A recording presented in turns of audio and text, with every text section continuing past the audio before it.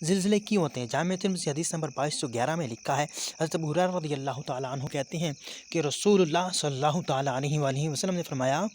جب مال غنیمت کو دولت، امانت کو مال غنیمت اور زکوٰۃ کو تاوان سمجھا جائے، دین کی تعلیم کسی دوسرے مقصد سے حاصل کی جائے، آدمی اپنی بیوی کی فرما برداری کرے اور اپنی ماں کی نافرمانی کرے، اپنے دوست کو قریب کرے اور اپنے باپ کو دور کر دے، مساجد میں آوازیں بلند ہونے لگیں، فاسق و فاجر آدمی قبیلے کا سردار بن جائے، گھٹیا اور رذیل آدمی قوم کا لیڈر بن جائے،